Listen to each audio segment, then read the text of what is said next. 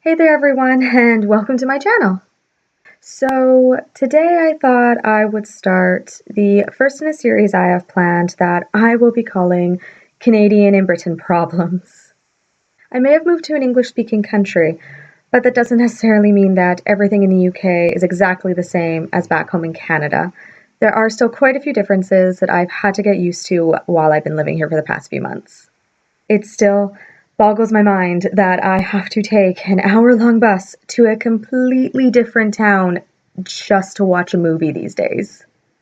For this first video, I thought I would focus particularly on terminology, as that has cropped up quite a bit since I've come here. There are a couple different terms that are very different from what I am used to back home. Of course, there are some that a lot of people are already quite familiar with, such as using the term lift instead of elevator, and people will call dessert pudding here, and also instead of calling cookies cookies, they refer to them as biscuits quite often. One of my roommates is still very proud of the fact I refer to cookies as biscuits nowadays, rather than calling them cookies, and him getting a little annoyed with me about that. So the series in general will consist of a lot of personal stories of things that have happened to me based on either misunderstandings or learning experiences during my time here. So for the stories today based around terminology, I have 3 stories that I find a little embarrassing because of how little I understood when people were talking to me at that time. But in hindsight, they are actually quite hilarious. So first is actually a story from almost a year ago now when I came here on exchange. My roommates and I had decided to go to the SPAR that was right by our university. For those of you back home in North America, SPAR could be thought of as very similar to 7-Eleven back home, or even a Max. So we were at this SPAR late at night. It was one of the only places open at this point in my university town and was closest to the dorms. And as we were going up and down the 2 aisles looking for something, I managed to come across my absolute favorite chip flavor, paprika. I have only managed to find this flavor when I am either here in the UK or elsewhere in Europe. I have never seen it back in Canada, and it's something I mourn anytime I go home. To be fair, the UK doesn't have maple cream cookies, so either way, no matter which country I'm in, I'm desperately craving some snack. So when I found this, I got very excited. I grabbed it off the shelf, started yelling for my roommate to tell her what I found, because I'd been telling her about this for a few weeks. And I told her that if I found one, I was going to buy it and make sure they all tried it, and hopefully they all loved it as much as I did. And as I'm yelling for her, I'm calling them chips. My roommate proceeds to just whirl on me, just glaring almost at me and going, "Yes, call them chips. It's not like they're crisps." So needless to say, that was a little embarrassing, and I learnt that night to not call chips chips, but to call them crisps, as chips are referred to here in place of fries.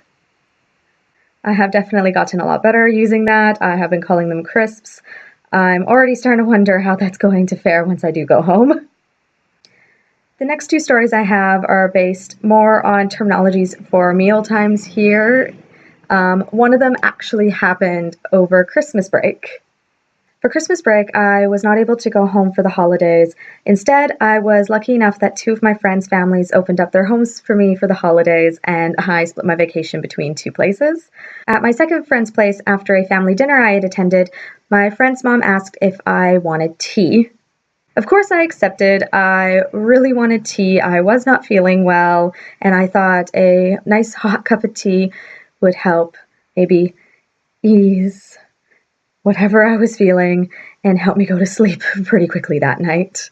So then she proceeds to ask me what I want, and I got a little confused.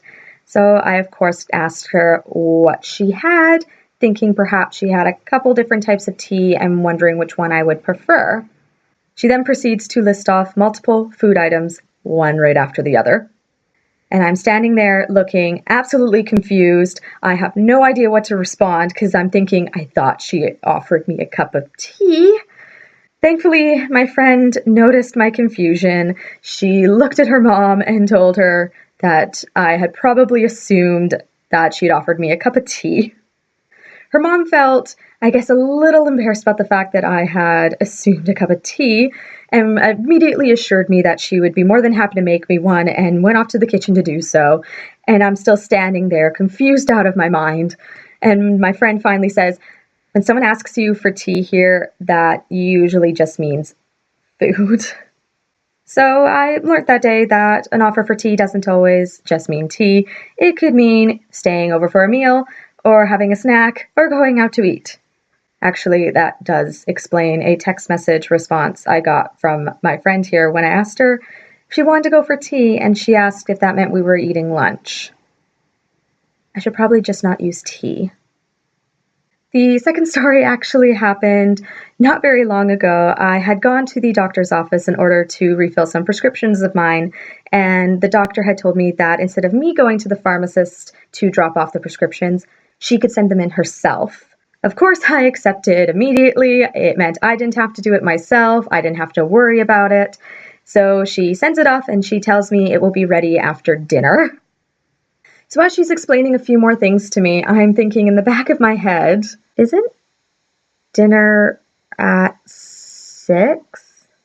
So when she's done and she asks if I have any questions, comments, concerns, whatnot, I kind of look at her and say very quietly, because I'm feeling not just confused, but a little ashamed to have to ask this at this point.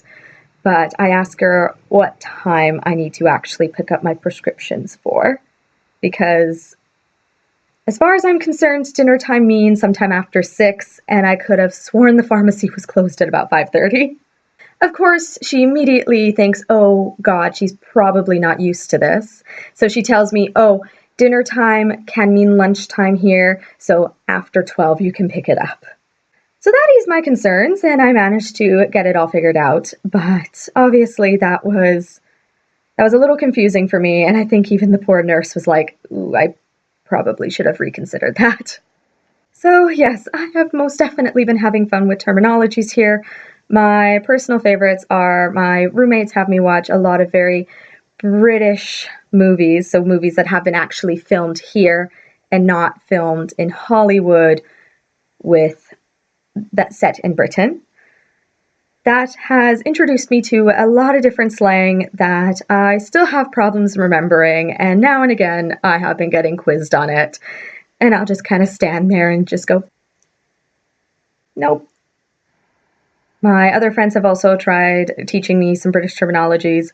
The ones that have stuck the fastest are ones that are usually in Hollywood movies that feature British characters or are set in a British setting.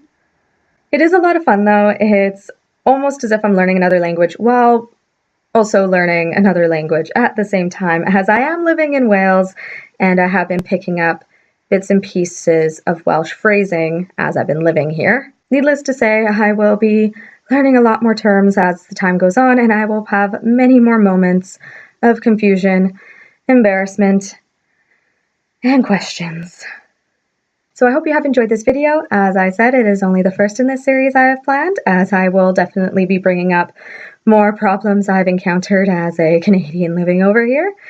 The next one will probably be the fact that the nearest Tim Hortons is a 3-hour journey away, and not an easy one at that. Thank you so much for watching. If you happen to like this video, please click the like button down below. And if there's anything you'd like to see for another video in this series, leave a comment and I will see what I got for you. Bye!